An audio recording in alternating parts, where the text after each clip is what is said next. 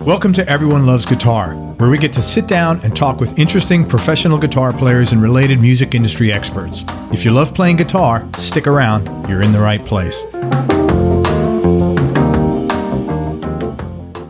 Hey, this is Craig Garber. You know me as host of the Everyone Loves Guitar podcast, but when I'm not interviewing world-class guitar players, I'm busy helping clients with their marketing.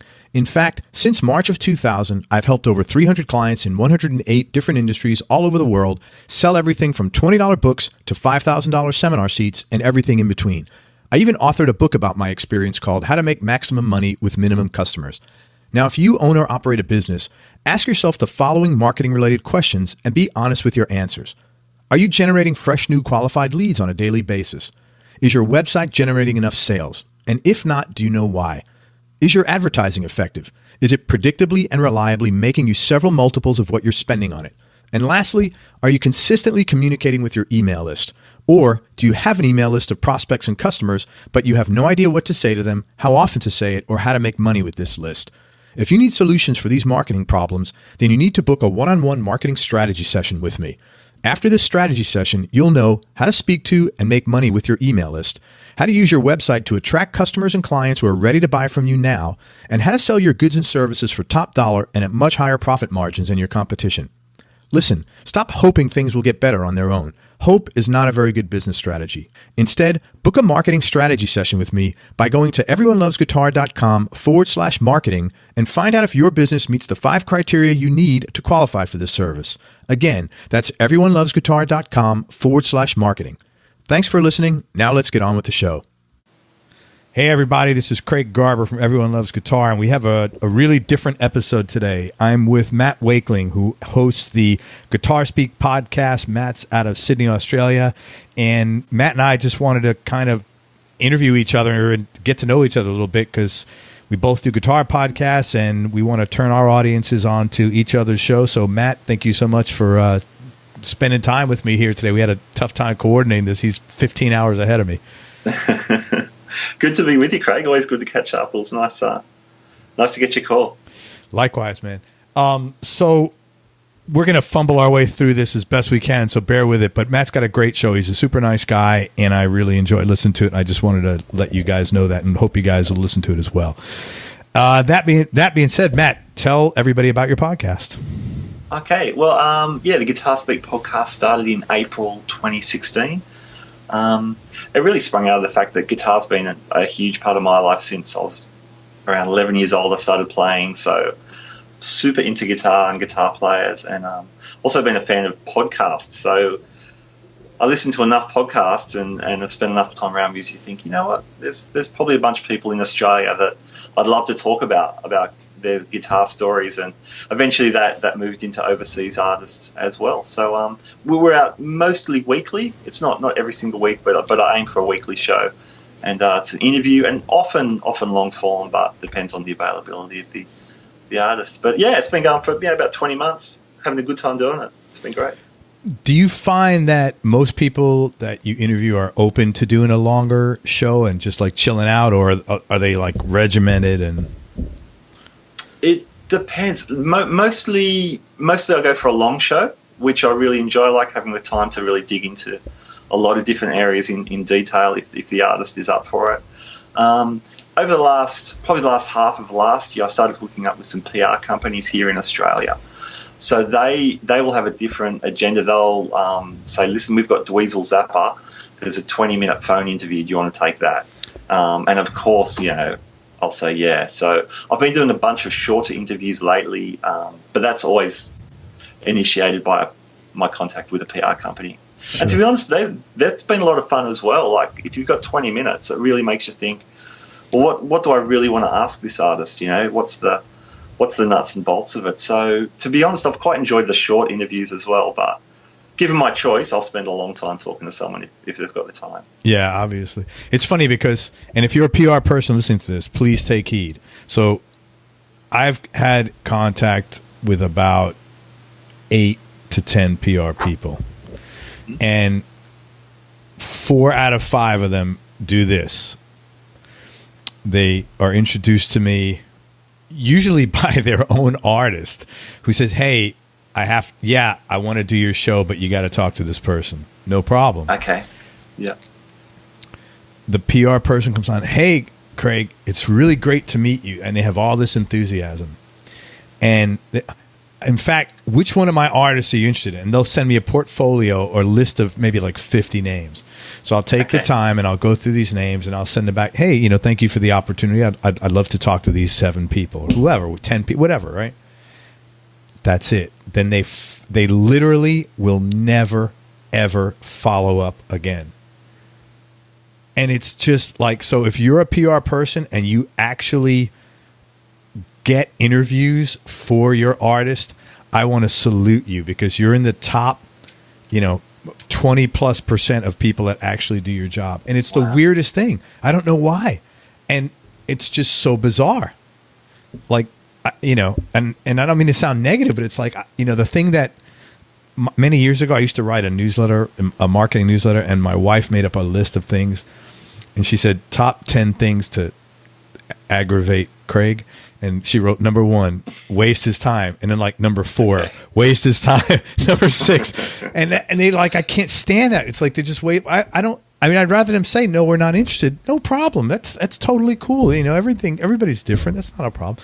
But I hate when they go through the motions. But that being said, let me end this on a positive note. I have had several PR guys where we've had really nice relationships and they've been very kind and want to work with me and get their artists in the show. So, I don't know if it's a US PR thing or I don't know. I don't know. The companies I'm working with in Australia, they're generally promoting a tour of an international artist. So there's something tangible that they're trying to get the message out about anyway. So my experiences in Australia have been really cool. I have dealt with artists' PR, management, like their full-time management. I'm more often dealing with a PR team that have been assigned to a project. So Dweezil's Apple's coming to Australia or Tara Lightfoot's touring Australia. Do you want to talk to her? And the PR companies, they get onto the idea that we're a guitar podcast, so we'll do more guitar-centric stuff. So, so far it's worked out really cool, actually. That's really good. It's been cool from my end, yeah. Do you have guys that, like, have full-time PR people that have you had a chance to deal with them, like, in this situation, or...? A little bit, and I get what you're saying. Yeah, often they're juggling a lot of people's schedules or whatever, and it's maybe up to you to chase a little more. Matt, you're so much more diplomatic than I am. I really appreciate you. I'm like just such a New York dude. I'm like, these guys are wasting my freaking time. Matt's like, well, they're very busy. They're juggling their schedules. I love you, man. Serious. That's a character flaw of mine. I don't know. I like your directness, so it goes both ways. Craig, tell me about your podcast. When did you start? And you had a different start to me, I know, to explain how you're up to episode 119. So I started this August 31st was the first podcast I dropped of this year. And just to give people a frame of reference when they're listening to this, we're recording this December 27th. So I started it almost 4 months ago, and I've dropped 119 or 120 episodes because a buddy of mine, I know that sounds crazy, but a buddy of mine who owns a podcast, I come out of the business world, so I have a lot of contacts like in business, and one of my buddies owns a podcasting company. He goes, look, if you drop 90 episodes in 90 days, I think that'll give you a good head start. So what do I know? I just listen to people that, I always try to listen to people that are smarter than me and have a knowledge base in an area that I don't. And I said, okay, sure. And I'm a worker. I have a really good work ethic, and I've never had a problem putting out content. And in all the businesses I've owned over the years, at least especially online, I realize that content creation tends to build a head of steam, and that's how you get people to know you, like you, or dislike you, or trust you and enjoy listening to you, or not enjoy listening to you. But you get volume, you get action and build up an audience quick that way. So I said, sure. So that's what I did. We are going to go to. We're really slacking. After the first year, we're going to cut back to 5 episodes a week, Monday through Friday. So, so we're going to cut back. But I've got so many interviews booked and so many cool guests. It's been fun. And basically, to answer the question, what we do is I interview interesting professional guitar players, and I learn about their backstory and, what makes them tick, their highs and lows, the good, the bad, and the ugly about their lives. And it's the kind of conversation I'm going to have with somebody if I just met you in a bar and we're hanging out and I'm trying to get to know you. I'm going to ask them the same questions. I don't, we talk about gear a little bit, but this isn't the show. If you want to know if they use 9s or 10s, this isn't the show for that. But if you want to know what they did when they first moved to Los Angeles or Nashville and, when they were dirt broke, how did they hustle and get business? That's the kind of stuff we'll talk about. So. Yeah, cool. And you seem to prefer the long format as well, don't you, to really get stuck into things? Yeah, because you can't, I want to hear someone's backstory, and I can't, if I can get that in 15 minutes, that's not a very interesting backstory, So I want to find out what makes them tick, and most people, and they know going into it, one thing I learned from the business end, again, I'm coming on the marketing side, is I want to qualify my prospects. So I talk to everybody on the phone for at least, not for 10 minutes. We have a 10-minute call once, in the beginning before anything happens. I want to explain to them what the podcast is about and if it's a fit for them. Because if they're uncomfortable, that's totally cool. Because this is a stress-free, I often tell people, it's kind of like, going to a good therapy session. When you walk out, you feel like, wow, this is a good use of my time and energies, with the exception of I am ill-qualified to be anyone's therapist, that's for sure. But, I like the long format. I want to talk and I'm not a good guy to talk about the fish on the wall in general. I'd like to get to know somebody, and I have no problem getting them to know me, so it's cool. Yeah, cool, man. So what do you get out of it? What do you love about it at the end of the day? In all honesty, it's done a few things for me. First of all, I'm always inspired by people's stories. I'm an underdog sort of guy, and I like to hear about what other people did to accomplish stuff. The second thing is, and this is kind of weird, is that I didn't really develop good interpersonal communication skills till later in life. And I always like to, I consider that not a weak. I think it's a strength of mine now, but at one point in time it was a weakness. So it allows me to continually work on an area that I was really weak in, and it's rewarding when it works. It's like it validates that I was not good at doing something, and now I'm a little better at it, and I feel good about that. Yeah, cool. That's awesome. Yeah. How about you? What do you get out of your show most? Yeah, it's kind of twofold. I love the conversations just as a standalone moment, So I'll get off a call, and if there's been a good sort of connection, and I always do my homework. So the artists seems like they're usually appreciative if you can very much talk in detail about their work, of course. So it's almost always a really great conversation. So I just enjoy that for what it is. And if it doesn't get published, that would be okay for me. But so that's the first part. But I guess the second fold issue is actually sharing the episodes and then getting feedback that people have enjoyed them, that they've learned something new, that they've found out about someone they never knew about, or they've heard a bit more about their favorite artist. That's pretty cool too. So yeah, that is cool. When two things I guess go hand in hand. When you get off a call, like a really good call, do you tell your wife, "Man, I just talked to this guy. He was so cool," and she's like, my wife always supports everything but I could just tell sometimes she's like, okay, it's almost like her coming to me and saying, they had BOGO on yogurt at the grocery store. And I'm like, okay, that's great, honey. yeah. Not everyone in your world understands what you've just spent the last hour doing, I guess. So, right. It's kind of funny. Yeah. And we joke about it with each other, actually. I just, for sure. Hey, so you talked about marketing and stuff. So you seem like you bring a lot of different skills to the podcast. Did you have a day job as such? It seems like you've got a lot of things you've done. So for the last 18 years, I've owned a marketing company where I will go in and help business owners like build a sales funnel or build a lead generation system, a way for them to attract business or improve on their current business, the way they're attracting it. And what that does is it lowers the cost of acquiring customers and increases revenue generally. And they'll call me. Also, I'll come in to write ad copy for them often. But I've published. I published a book in 2009 on marketing and writing ad copy. I published a monthly paid for subscription newsletter for 10 years. It ended in 2016. That was about marketing and writing ad copy. I had plenty of subscribers in Australia. Actually, it's quite funny. Okay.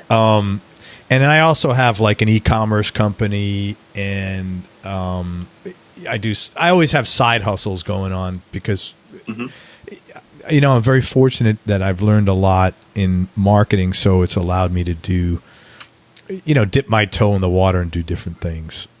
So I'm one of these guys. I like being busy. So, okay. How about you? What was your my day job is day job. I'm a music teacher, a school teacher.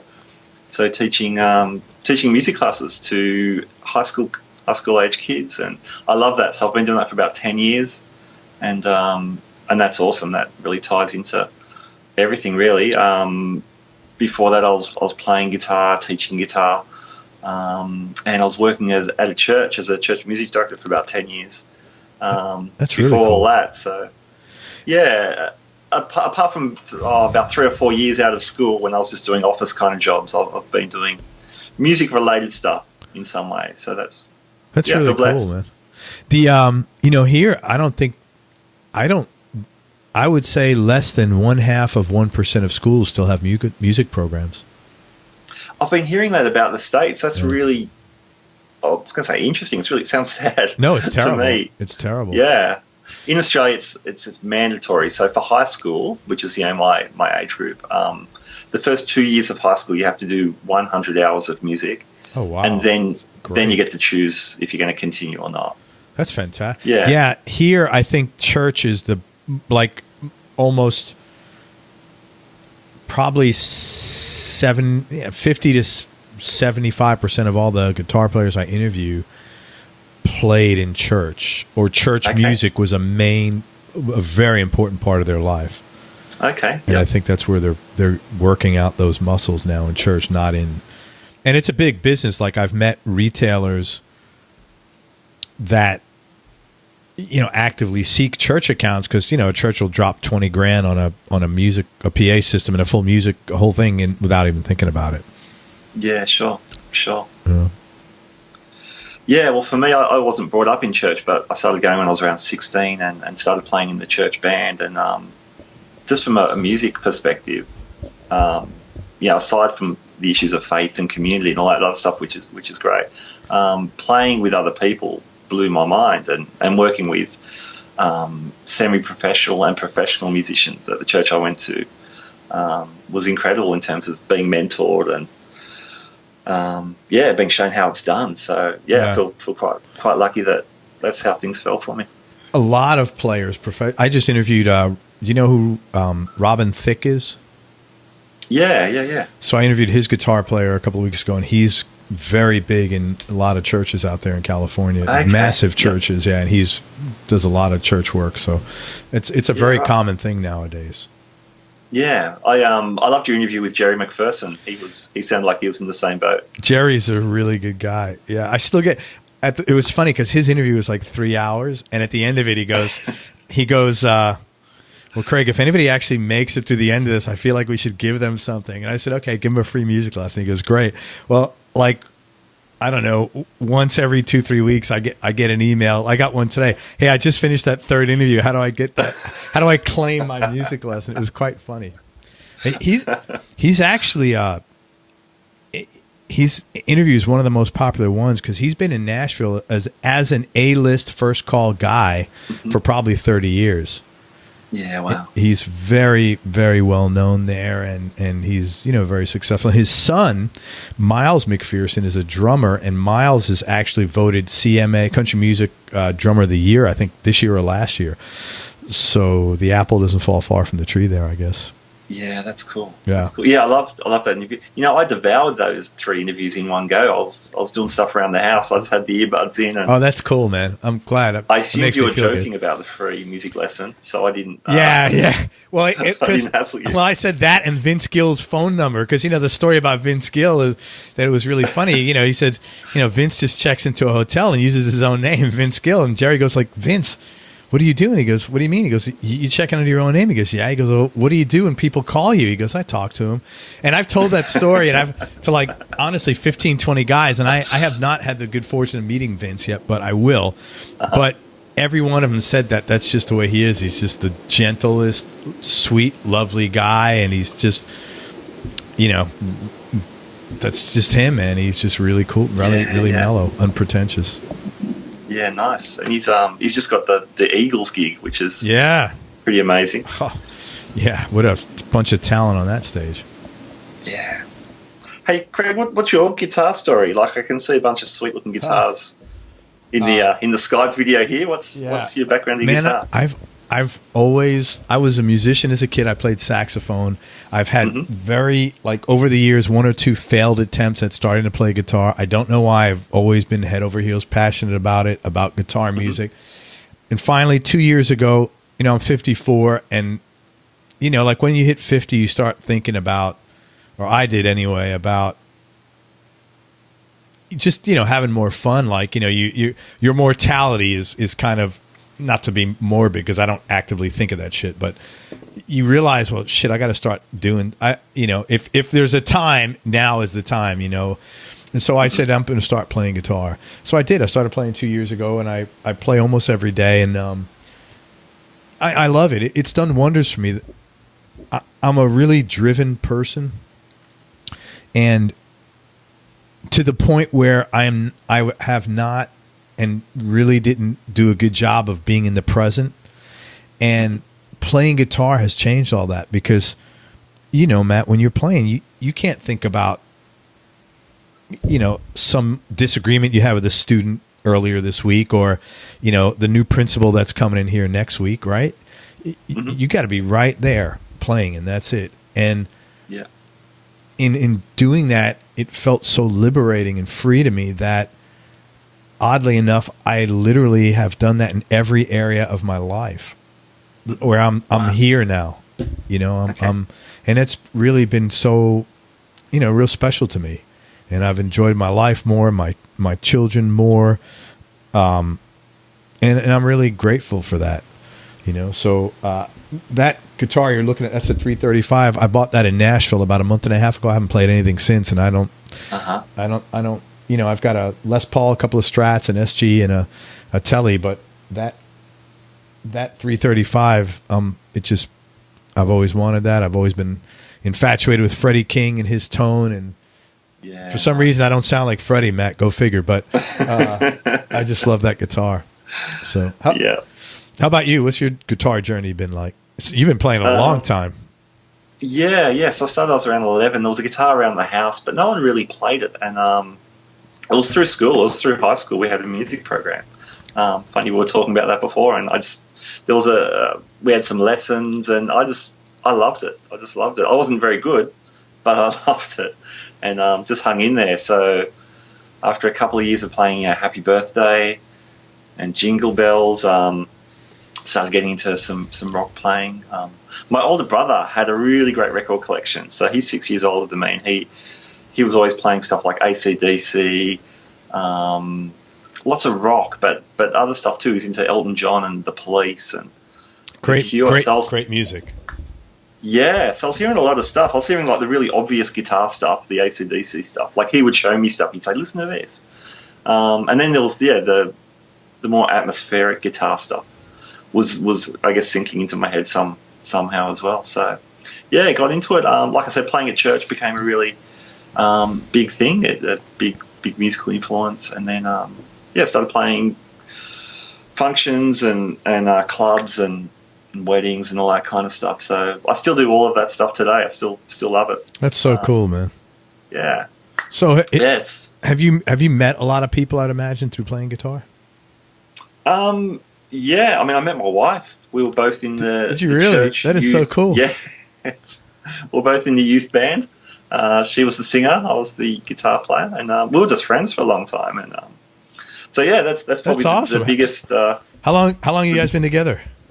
Been married 23 years. Awesome, man. Congratulations. Good for you. Yeah, That's real nice thank to you. hear. That's really nice. Yeah. That's great. Yeah, so through music, that's the biggest name drop I've got, you know. Hey, that's important, man. That's the best one you can have. That's great, man. It's really nice to hear that. Yeah. Well, this is really funny. I know a guy from the gym, and we were talking one day, and he plays keyboards, and we got together a couple of times and played.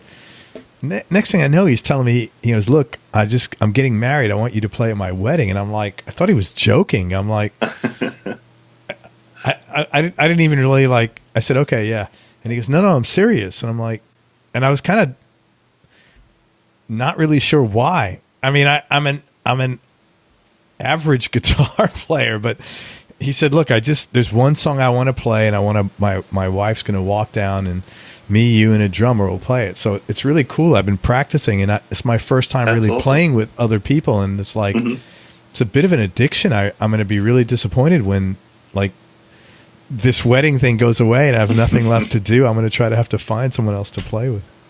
Yeah, for sure. I mean, for me, that's one of the just the wonderful things about music. You know, you get a few people together, you all play your little part, and somehow it all sticks together, and makes this bigger thing. I love that. I've always loved that. Well, and it feels so good. Yeah, but you're right, because this is truly a thing where the sum of the parts really are greater than the whole. Absolutely, yeah. You know, again, just being all relatively new to me, like I'm playing my thing, and I don't. It's just my little part, and the keyboard and the drums and all that. But the whole thing is like, wow, this sounds much more powerful than I would have thought. You know, which is really cool, very cool. Yeah, it's an exciting thing. I had an interesting gig a few weeks ago. It was just a covers band thing. I was filling in for a guitar player, but what I found out closer to the gig, it's a 6-piece band. That's a good sized band. Yeah, it was 2 singers, guitar, bass, drums, keys. I think that's it. But what I found out close to the gig, only the drummer was an original member of the band. Everyone else was a sub. Holy crap! And, that's really funny. What happened? Just like off week or something? Yeah, I think so. I think there's lots of people booked elsewhere. I don't know. But I took the gig. It was fine. But it was awesome because the musicians, they were good players, and it's all repertoire everyone knows. So it's not. I had to learn maybe 3 or 4 songs out of 4 sets. So I knew, you know, like the other guys, we've all played those songs. But what the fun was everyone was probably a little bit more on their toes because it wasn't the same people. It wasn't the same arrangements even, so you're just listening to one another. But it was a great gig because, you know, good players, listening and watching out was awesome. It's your own little community on stage there. So it ended up being a great gig. Loved it. That's awesome, man. I'm really glad to hear that. Yeah, I'm hope to look forward to do more stuff like that once this little thing is over. Yeah, do it, man. What do you like to listen to? What's your thing? You know, I have any good guitar stuff pretty much, but I'm mostly blues pentatonic rooted kind of guy. Like I listen to a lot of old school blues, you know, Mike Bloomfield, Freddie King, stuff along those lines. But I also listen to David Gilmour, Jeff Beck, and a lot of stoner rock, as I was telling you, out of the Netherlands. But the kind of stuff I listen to seems to be, if not pentatonic bass, but just that, you know, very soulful. I'm not into shredding kind of stuff. I could appreciate it. Like I interviewed somebody named Bill Linero, and he's a great player, and his album just came out, and it's like top 50 albums of the last 50 years, I think. Wow. And it's like he's ripping it. And I interviewed Jennifer Batten, who's obviously an amazing guitar player. I'm not, you know, I could appreciate the music for the talent, but the stuff that makes me like, you know, really feel something tends to be blues sort of based. Mm-hmm. How about yourself? Yeah, yeah, it's kind of changed over the years. Or it's developed, I guess. I've still got that AC/DC, that very primal rock and roll thing. Absolutely. If I ever get to play any stuff like that, I love it.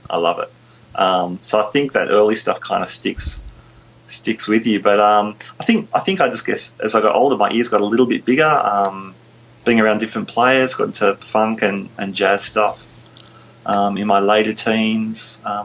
Really, a big thing in more recent years was when I wanted to go into full-time music teaching. I had to get a music degree, even though I'd been playing for a bunch of years. I was very much a self-taught musician. So yeah, at the age of I was 30 or 31, went off to university and heard lots of great stuff. So the university I went to had a lot of emphasis on 20th century classical music. So it's basically the weird stuff when composers got sick of trying to retread Bach or Beethoven or Mozart, they started getting a little kooky. So, incorporating a lot of chromatic ideas or just strange ensembles. So, yeah, I got into a lot of contemporary classical then, stuff like Steve Reich and I guess pop music that had been influenced by that stuff. So when you say stoner rock, I was probably listening to a lot of post-rock, which is not dissimilar. Some of these like long-form kind of rock tunes with lots of, textures and like what, like the Who, like a long rock opera, or kind of bands like Sigur Rós is maybe the most commercially known one. Radiohead was huge around then, sort of the great band 2005. Yeah. So stuff that kind of took off from there, I guess. Godspeed You Black Emperor is this kind of post-apocalyptic post-rock band from Canada. I was listening to a lot of that stuff. What's called? Godspeed You Black Emperor. Godspeed You Black Emperor. Wow, okay. It's it's just intense. It's just everything's intense. It's amazing. Do you ever feel like I often feel when I was younger, I had my hands around the music scene, all the music that was out there, and I have no clue, relative to the music that's out there. I don't know anything, I feel like.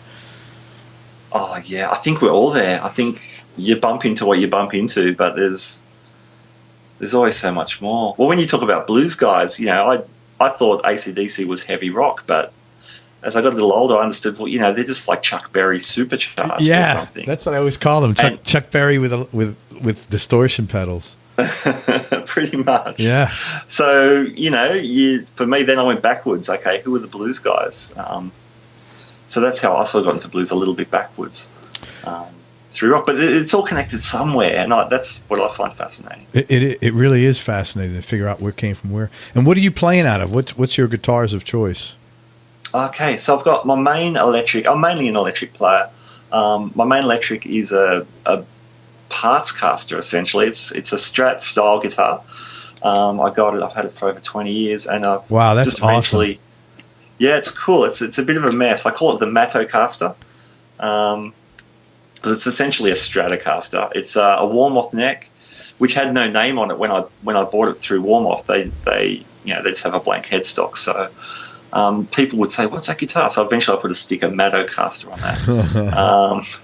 So that's that. It's got a Seymour Duncan single coil pickup in the neck. It's got a Damasio humbucker in the bridge, and it's just like an old pair of shoes. It's just this old beaten up guitar. That's great, though. Yeah, I love it. I always come back to it. So that's the number one. And I've got 6 or 7 guitars. I don't have a huge collection, but the second one, which I really love, I had built 3 years ago. It's the only custom guitar I've ever had built. It's a Pat Keegan Telemaster. So Pat Keegan's a lovely guy from sort of the mid-south coast of New South Wales on the east coast of Australia, and builds these beautiful kind of vintagey style guitars, very much Telecaster or Jazzmaster influence. So mine's sort of like a cross between a Fender Jazzmaster body and a Fender Telecaster. That sounds kind of cool. So that's a cool guitar. Yeah, I'm digging it. I really like that guitar too. So between those two, they're the ones I'll play out most. That's really cool.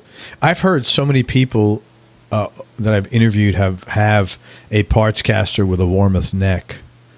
Okay. So you're not, and we are a member of the same forums. I think on some of the Facebook groups I've seen you post. Yeah, I see you. Yeah. And I see people posting. They love, a lot of people with Warmoth. They love the Warmoth neck. So I mean, there's something to that, obviously.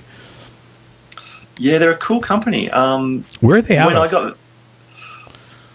They're in the States. Is it California? They might be West Coast. Let's look right now. Warmoth Guitars, WARMOUTH. Yeah.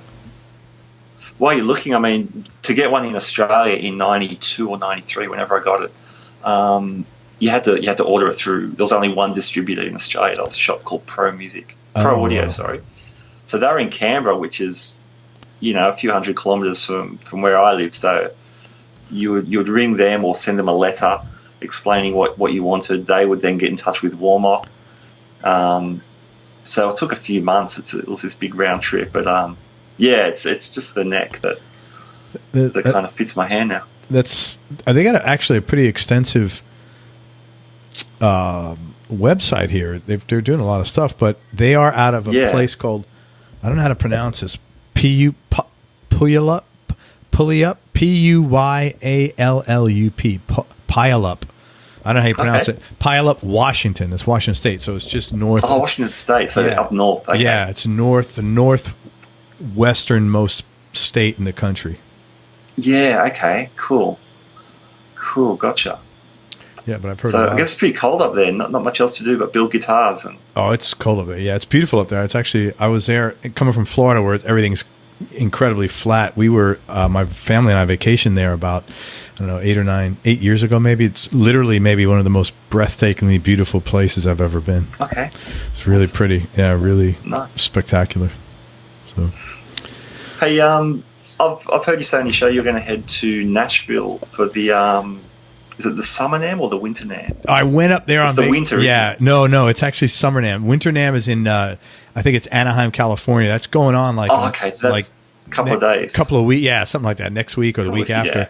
But I'll probably be at Nashville for Summer NAMM. What happened was I went there for vacation. The nature of these interviews that I do, they're pretty personal. So I've been very fortunate. I get to connect with a lot of different people. And I find musicians in general are, again, spending, I've been working for myself for 20 years. And the business world, people are not as open and willing to be as vulnerable emotionally as artists are.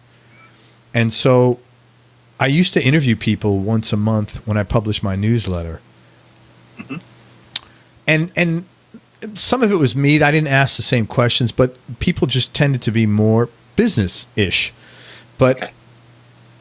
A lot of the people I've interviewed are just wonderful people, and we have a really nice connection. So I had not had a vacation this year, and my wife and I both, she's a realtor, so she works for herself.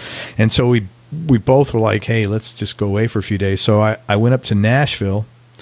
I drove up there from Tampa, which I never did a drive that long on my own, just 10 hours, but it was great, man. I listened to music for 10 hours. Yeah, I mean, nice. I hadn't done that. I can't remember the last time I got to do something like that. So I just smoked cigars and listened to music for 10 hours straight. And my wife was like, hey, get all your guitar stuff, out of your system the first few days, and then I'll fly up. And I was like, great, that'd be awesome. So that's exactly what I did. So, it was nice. I got to hang out with a lot of the guys that I interviewed, had a couple of drinks, just very relaxing. And then my wife came up and we got to have a good time, and it was cool. Nice, man. So, yeah, I hope to be going back to Summer NAMM. Okay. Yeah, but that'll be in 2018, whatever that is, summertime, June or July, sort 2018. Mid-year for you guys, yeah. Yeah, mid-year for us. So. Gotcha. And will you do any podcast kind of stuff there? Probably not. I don't think so. I mean, I'll go up there and maybe network, but I'm really when I'm off, I'm off. I don't want to work. I'm kind of I'm really, I don't know if it's good but when I work so hard that when I stop, it's like it's like a train going from 100 miles an hour to zero. I just like collapse, man. I just need to do nothing. And that's why I'm dropping back the podcast to just 5 days a week, because I'm like, I need to relax more. You know, I need to just have more fun with this. And it's going to be interesting to see the numbers. I have a funny feeling that it won't be impacted, or they may even go up, actually. But I could be wrong. We'll see. It's funny because I don't know about you, but you get addicted to looking at those numbers. And how many listens you have, and I noticed that happening, and I'm like, okay, I need to back off, because anytime if something else is like taking over me, which does not happen often, and I don't like that. I don't like to be a slave to anything. You know, that's kind of why I work for myself, but I don't, even something that I've made myself. So I've created this obsession looking at the numbers. So I need to just, drop down a little bit. So, self correction or whatever. Yeah, sure. Something sprung to mind when you were talking about that. Oh, yeah. I guess the other thing with being at NAMM, for this kind of personal interviews you like to do, probably a trade show is not the ideal forum for that anyway. Right. But I'll have my business card, and nice. It's kind of cool because, like, now I'll call someone, or I'll get referred to someone, and I'll call them, and I'm like, oh man, I love your show. And I'm like, it's kind of funny. Like the first time that happened, I don't know if that happened to you. It's like, you see the numbers getting bigger, but you don't, this is empty. I mean, it's not tangible. You can't you don't know who's listening. So when someone says, so people actually listen to this thing. It's like almost a surprise. Yeah. I was like, oh, that's cool. So it's nice now, and I'll approach people and I could say to them, oh, you've played with this one. I've interviewed, these 12 people already. So it's like, it's good street. That's another thing that cranking out all these episodes has done. It's like built up some decent street cred.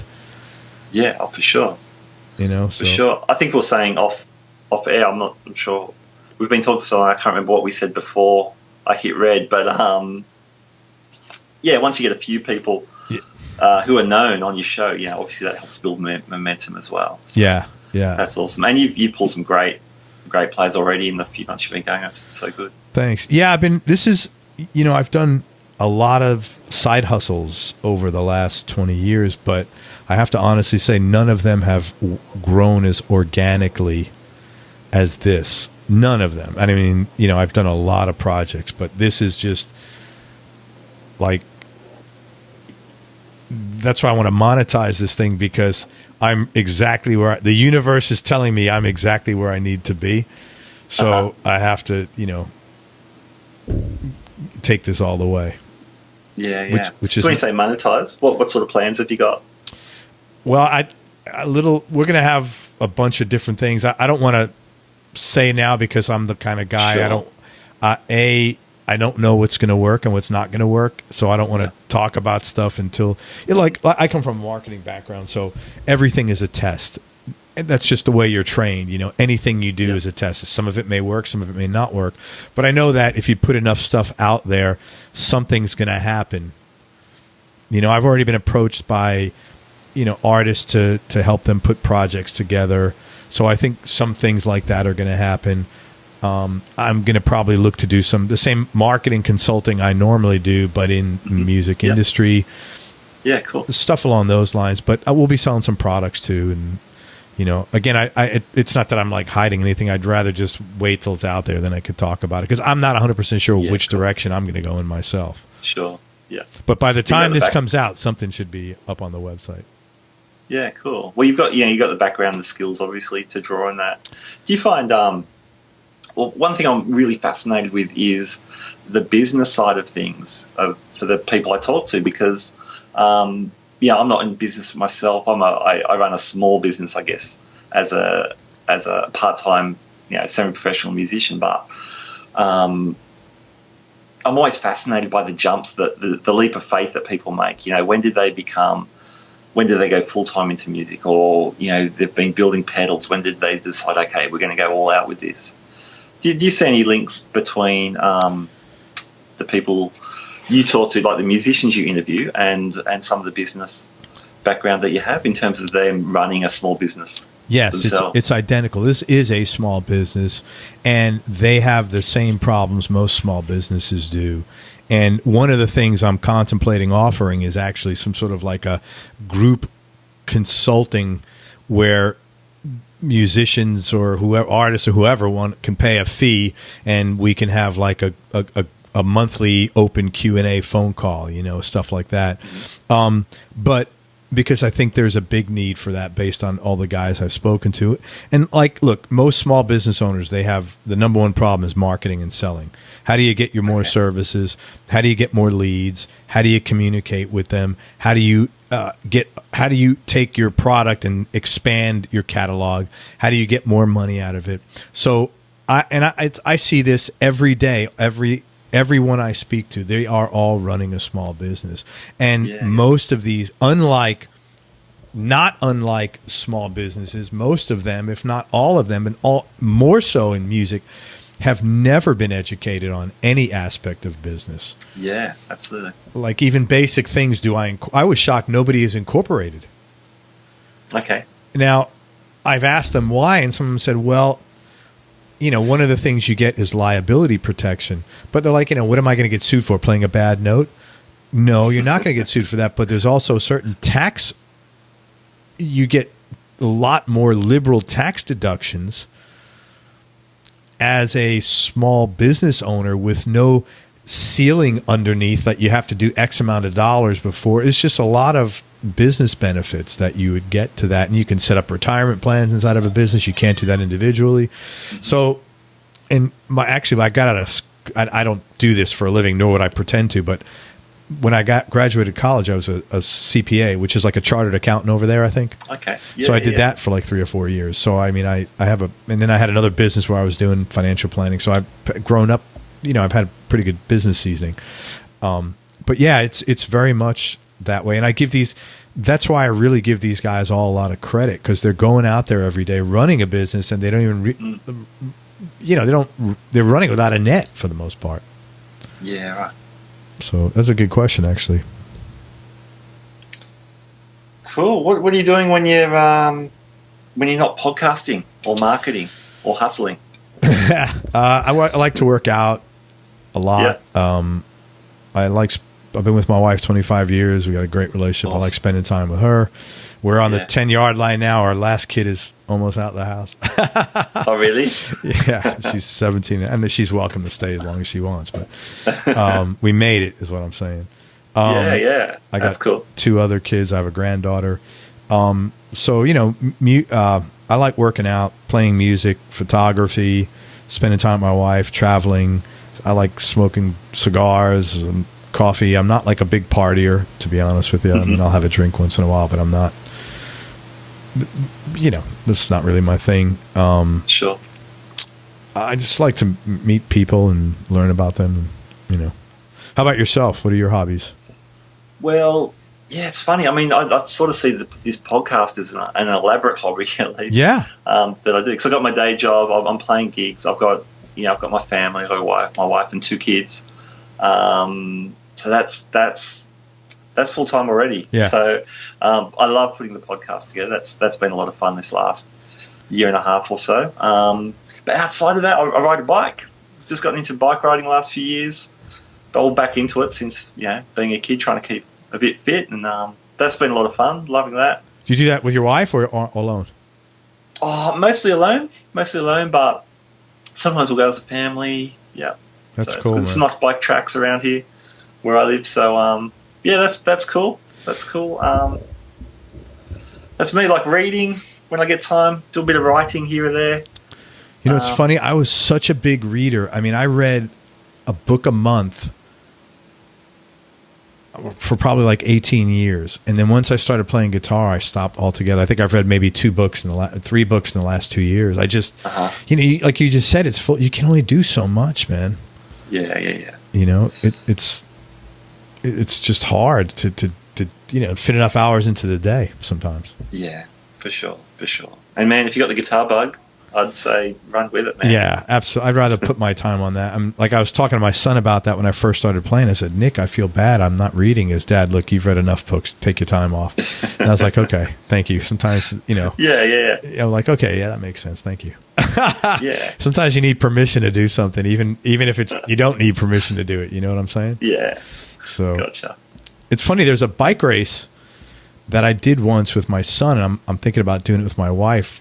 It's a 40-mile bike. They call it a race. It's not a race, but they basically shut down major arteries in New York City.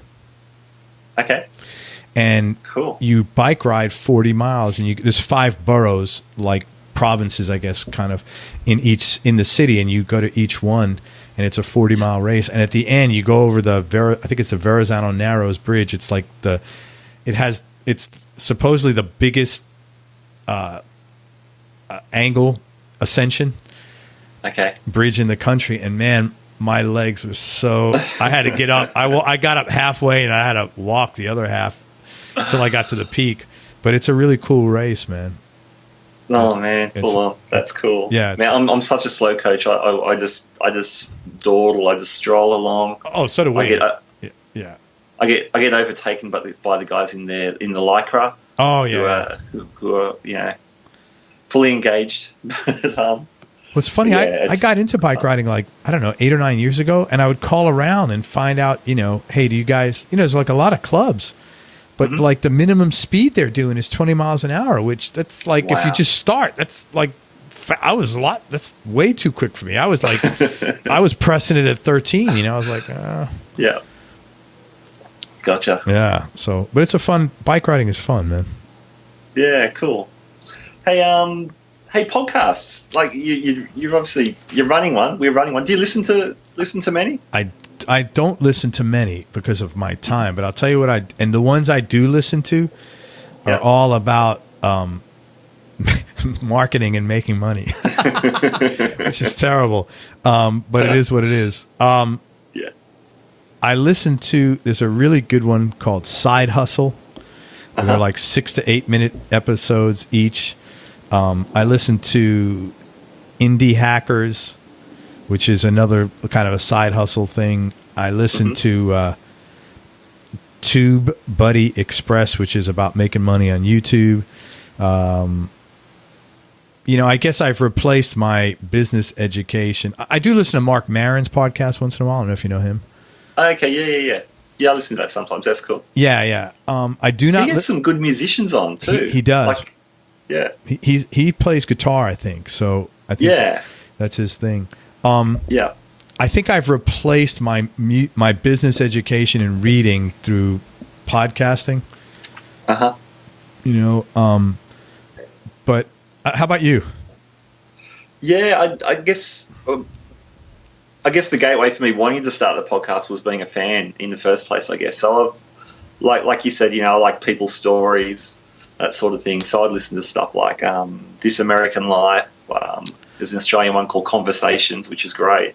So that kind of stuff. And then even though music was such a big focus, I got more into biographical stuff first. But yeah, eventually started listening to some more music and guitar-related ones too.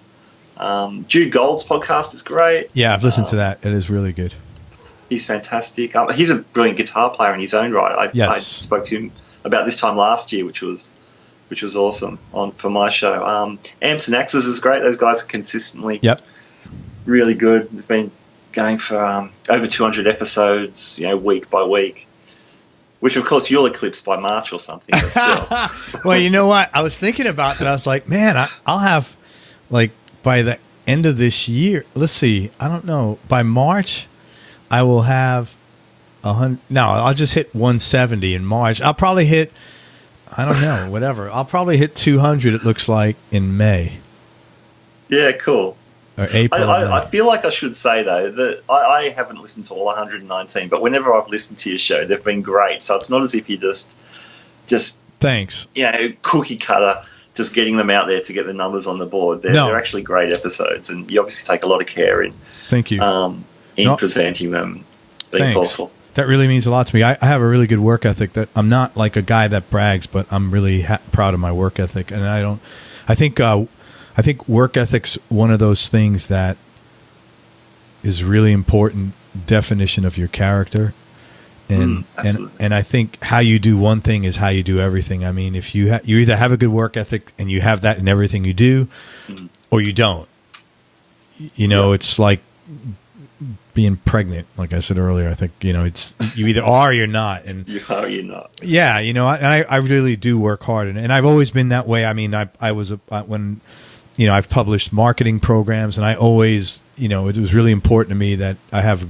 I have good pride of ownership, and I would never, ever in a million years turn anything out in any business or hobby that wasn't. I'm not saying it's great, but that's not. I haven't given 110%. And awesome. I'm pretty intense. If you haven't noticed, and I'm actually 10 times more chilled out than I've ever been. So, wow, that's awesome. Yeah, that's cool. Hey, it's fun talking to you because I just get the feeling that we are from totally opposite sides of, well, not only the world, but just I don't know. We just the opposites attract things. I love talking to the super driven people. Not that I'm not driven, but there's just different levels. And I totally get it, and I'm the same. That. Yeah, I totally get it. You're in this and you're doing it just as a hobby, whereas me, I'm taking this into the business world because that's all I know. That's what I know. I don't know that I could do some outside of playing guitar, quite frankly. I don't know that I could do something no, that's not true because I take pictures into photography. Yeah, I don't know. I just something that takes this much, I'm the kind of person though, like, if I could do this as a hobby, if I did it like you did, once a week, twice a month.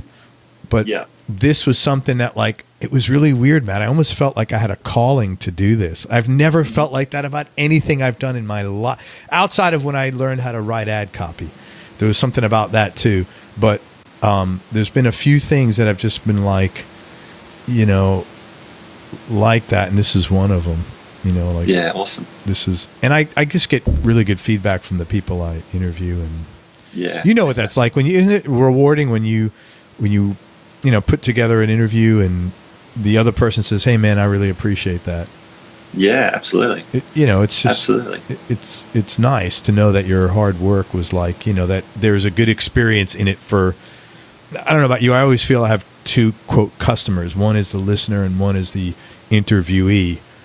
Yeah, absolutely. And so I want to make sure that both of them have a really good experience. So I do, whatever I can to make that happen. Yeah, cool. That is great. And I'll tell you one thing I did though that I had to. I interviewed a guy named Jimmy Wallace. Why am I having a brain fart now? David Wallace, and David was in the Las Vegas, the shooting they had there, literally right in the thick of it.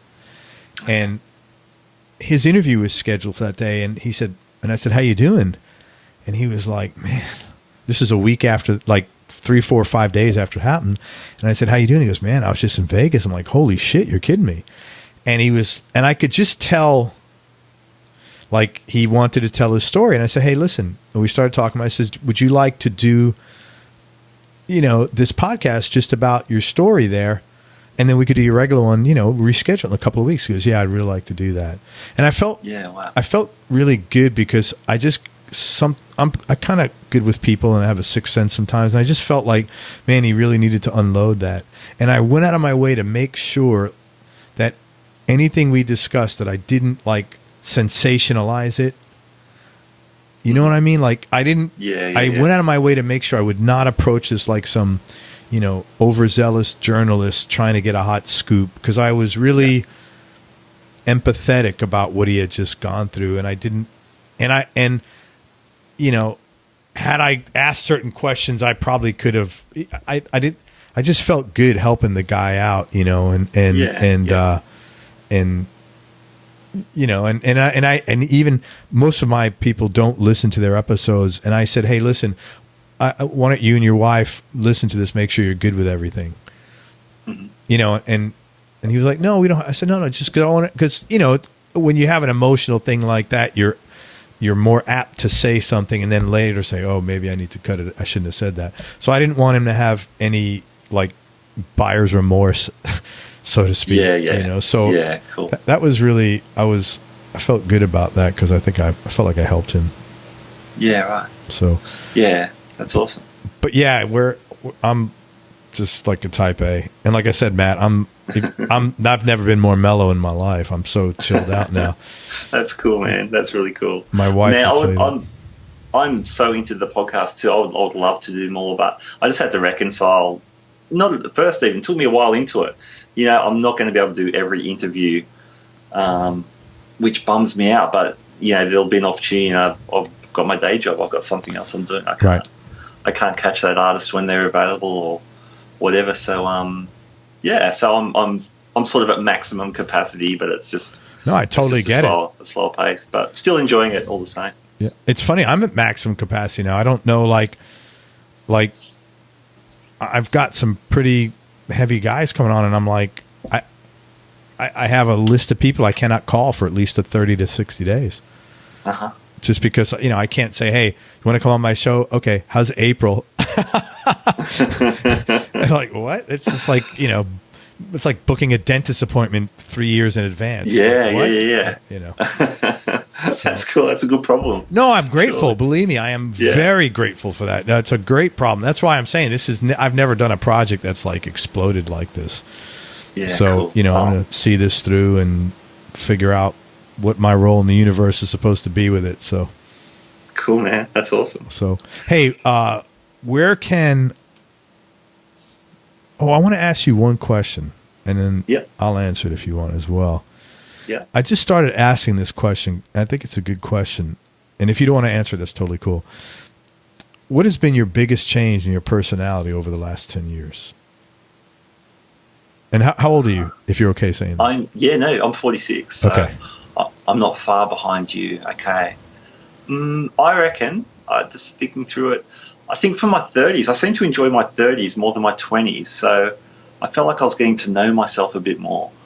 Now, the challenge is when you start being a bit more comfortable in your own skin is not getting set in your ways. So I'm not really answering your question, but I feel like last 10 years, I feel like I know who I am. I think I feel more confident in being me. I feel like more confident in making decisions and following them through, or not making decisions, or deciding not to do certain things. I think as a younger person, I try to please a lot of people. So I've probably moved away from that. Yeah, That's great. I have twin daughters. They're 12 years old, so that's been a big part of the 10 years as well. So, sure. So that's changed who I am as well in a good way. Yeah. That's great. Yeah. How does that work for you? I'd say the biggest change in my personality over the last 10 years is, probably a few things. Number one, as I said, I'm much, much more mellow. I was really high strung, and I would overreact to stuff in general, and I'd never do that at all anymore. I am it's actually scary. I'm like the calm one in the house now, and everybody's like, what the hell?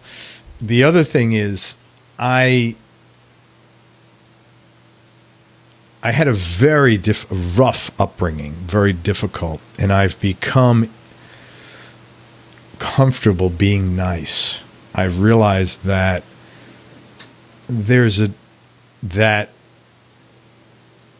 difference between kindness and weakness, and being kind does not imply being weak, and that was overwhelmingly difficult for me to learn because of my background. And I get a lot of joy out of being nice now, and I'm not worried about opening myself up and being vulnerable, because it's not going to, it's a big world. They're good people and they're bad people. You're going to get hurt sometimes. I don't take anything personal. And really, my wife and kids are the most important things to me. Is somebody going to do anything that's going to hurt me? Probably not. Unless it's them. So I learned how to, I got nicer because I realized it's okay to be nice, and that's it, which is sounds ridiculous, but it was new for me. Not that I was a bad person ever. I was never but I was guarded, very, very much had a wall around me, and, you're not coming in. And I'm not like that at all anymore. I'm totally good with it. And to some extent, again, doing this helps. It's like I'm in recovery almost, in a sense. Doing this helps keep me in touch with, being nice on a I'm interviewing sometimes 2-3 people a day. Okay. And I can engage at an intimate level. And even though, look, I'm not in any delusional, this isn't like deep friendships long term, because friendships come over repeated contact, and for the most part, outside of maybe some exposure on Facebook, we're not having repeated contact. So I don't want people sitting there thinking, oh, this guy's loony, because I'm not. I understand what happens here, but it's good for me to have nice interactions with people. I appreciate that. So that's sorry about that. I'm done. Oh man, that's huge. That's a huge thing when you talk about being brought up and how that leads to how you respond to things and how you live your life. That's a huge thing. Being a school teacher, the hard thing is not teaching the content, because I know the content that I'm trying to teach. The hard thing is finding where everyone's at and how I can best share that. And what you're talking about is a similar thing. Your background shapes you for good or for worse, and some people can move beyond that, some people can't, and if you have done that, that's fantastic. That's such a huge thing. And it's been something that's really important to me, because I just felt like, A, I'm not getting the most out of my own life, and B, the people I'm around aren't getting the most out of me. So I'm depriving them, my wife and my kids. I'm depriving me. And again, I'm probably making this sound worse than it is. I'm not like I'm a tough guy. I don't yell. Sure. I don't. But I was just, not open. And I like being the way I am now. It's easier, less stress. Yeah. And I don't take anything personally either anymore. I used to take everything if something happened, oh, I think someone's out to screw you. That's not true. No one, no one's going to bed thinking of Craig Garber. I'm fully aware of that. So, I just, and I like me a lot better because of that, which is incredibly freeing. Yeah, it is incredibly freeing. The amount of less stress in my life is and it was all stress I was putting on myself. Uh-huh. Yeah, that's cool, man. Yeah, that's awesome. Yeah, I just listened to your interview with Mason from Vertex Effects the other day, and man, I loved it. I loved hearing the story. I mean, I know of his story. I've heard him speak in recent years anyway, but when you gave him the opportunity, if he wanted to or not, talk about the wah pedal situation, the way you responded to him was with such grace. I just thought that was awesome. I thought, if I was having that conversation, that's how I would have hoped to have responded. Well, thanks, man. Yeah, it's just, I thought, that's awesome. That's grace. He was a kid. Yeah, absolutely. Yeah. Like I said to him, I have kids. My son's 27. My other son's 25. They might have handled that situation the same way because they have no coping skills for that. Yeah. Just the fact that he's got a business at that age that's taken off like that, man, my hat's off to him. Now here's an opportunity for you to learn, And like Yeah. like all of us, tuition costs money, or costs something. If not money, it costs pain, emotional lessons, humiliation, whatever. But you learn and you move on. You know, what do you do? Hang a guy on the cross? Come on. I mean, he just made a mistake. He owned up. I mean, unless he was lying to me, I don't know the story. I take people on face value. He said he gave everybody a refund or the opportunity. I mean, okay, that sounds pretty fair to me. I mean, yeah. You know, and then he said that people don't like the fact that he's making money. Well, they're obviously not running a business, because when you run a business, that's why you run a business, to earn money. I mean, newsflash, you know. So, and whatever, but yeah. But thanks. Cool. I'm glad you said that. Yeah, see, like hearing that is good, because I'm, you know, that yeah, I appreciate your comments on that. Thank you very much. Yeah. Enjoyed the interview. So happy to pass it on back to you, man, for sure. That's cool. Nice. Hey, it's been good talking. Likewise, man. I want all my listeners to listen to Matt Wakeling's show. It is, and you tell them where it's called, Guitar Speak Podcast, out of Sydney, Australia. Where can they find the show and you? Okay. Yeah. Thanks. Guitar Speak Podcast. We're on Apple Podcasts, or formerly called iTunes Podcasts, Stitcher Radio, iHeartRadio. Pretty much whatever podcast player you play, if you put our name in there, Guitar Speak Podcast, you're likely to find us. We've also got a blog page, guitarspeakpodcast.libsyn, that's LYBSON.com, and all of our episodes are there as well. So that's pretty much it. We're on Facebook and Instagram if you want to come and say hi. But yeah, that's us. How about you, Craig? Because I know you're running a website as well as awesome the podcast places. Yes, it's called Everyone Loves Guitar, and you can find us at everyonelovesguitar.com or facebook.com/everyonelovesguitar. We are also on Instagram, and we have no posts there. So, because I hate having to do shit on my phone. But I just found this software program today called Flume, Flume, and supposedly that it's an app that will let me post stuff on there, but I have to dig into that. And we're on Twitter just look for Everyone Loves Guitar. But we're the same as you. Wherever podcasts are distributed, you could listen to us. And by all means, man, give me feedback. You know, I really, like I said, I think I have two quote customers, is the interviewee and the listener. And if there's something you feel I could be doing better at, don't hesitate to email me at craig@everyonelovesguitar.com, or we have a contact form on the webpage at everyonelovesguitar.com, or, you know, whatever. Instagram, apparently Instagram and Twitter you can communicate to. I have to delve into that world. Now I'm showing my age. I have to get one of my kids to give me tuition. Actually, you know what? One of my guys that I interviewed, we haven't even interviewed him yet, but we just spoke a couple of times. Really nice, really, really nice guy. And it's Tico Hernandez. Everybody check him out. He's a guitar player for Lauren Alaina, Alaina. So Tico sends me a text one night, and he says, "Hey, Craig," it was like 11 o'clock Eastern. So I was up. I think I was just finishing some work, actually, or I usually go to bed, but that night I happened to be awake.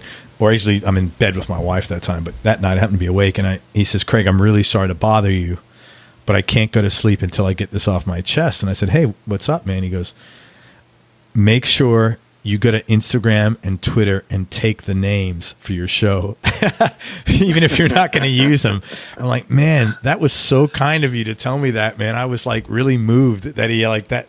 And I said, I said, "Man, I'm going to do it right now." And I took him. And so thank you, Tico, shout out to Tico Hernandez for letting me, or helping me, pushing me to set up the Instagram and Twitter, the dinosaur I am. So yeah, you could find me on there somehow, and that's awesome. Let me know anything I could do to improve the show, please. But let me know privately, not in a public forum. No, I'm just kidding. Okay. Just let me know. Matt, man, I really enjoy you. I enjoy your show, and thank you for your time. This was fun. Yeah, same here, Craig. Thank you so much. Awesome. All righty. All right, man. Hey, I hope you have a happy and a healthy new year, and your family, same thing, and we'll talk again real soon. Any final parting words to all these crazy Americans that listen to the show? All the best. I don't have a catchphrase like you do. Maybe I need to develop that. That's not what I'm saying. I'm saying, Craig, you've got a catchphrase. Oh, maybe. Yeah, I have a catchphrase. Well, I have a few. I close out every episode. You know what? Yeah, it's like, I'm out. Play a guitar, have fun, I'm out. Something like that. Peace. That's the one. That's the one. Play the guitar, have fun. Now, be nice. Yeah, because you know what? That's the biggest lesson I've learned, man. Be nice. That's so fucking important, just to be nice. Your life is so much easier if you're just nice. I mean, like, it was like, wow, if I'm just nice, then everything is so much smoother. Even me, you know, even if someone's being an asshole to me, if I'm still nice, it's just easy. You know, it's like, and you know, part of that is just growing up in the Bronx. You know, I grew up, you know, forget about my background, but also you grew up in the Bronx. It's not like a fucking calm, tranquil place. You know, you're always on like, you know, like high alert, like zzz, with antenna walking around. You know, you got to have ears and eyes in the back of your head. So, you know, you add all that shit together. So it's like, yeah, it's okay to be nice. So be nice, play guitar, and have fun. And then peace and love, and I'm out. Hey, let's get you a tagline. Like, yeah, we need to get you a tagline, like later bitches or something. No, I can't see that with you, but we'll have to figure something out. Yeah, okay. Hey, stay on the air, and everybody, thank you so much for listening. Please check out Matt Wakeling's show. It's Guitar Speak Podcast out of Sydney, Australia. He's a really cool guy, and he's a very sweet guy, and he likes what he does, and he does a really good job at his show. So enjoy it. Give him a shout out. Tell him hello. Tell him how much you love him and all that good stuff. And be nice, and I'm out. Thanks, Matt. Take care, man. Happy New Year. Thanks, Craig. Cheers. Later, buddy. We hope you enjoyed this show. If you did, subscribe to the Everyone Loves Guitar podcast, and you can do this online at everyonelovesguitar.com or on iTunes. And if you like the show, please leave us a 5-star positive review. The more 5-star reviews we get, the higher our show ranks, and higher rankings mean we get to continue speaking with cool, interesting guests on our show. We'll see you on the next episode, and until then, keep playing your guitar and have fun making music.